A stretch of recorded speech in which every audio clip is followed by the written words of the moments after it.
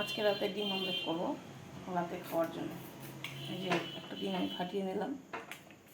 এই যে এটার মধ্যে দিয়েছি পেঁয়াজ কুচি, লঙ্কা কুচি, একটু নুন দিলাম। দেখো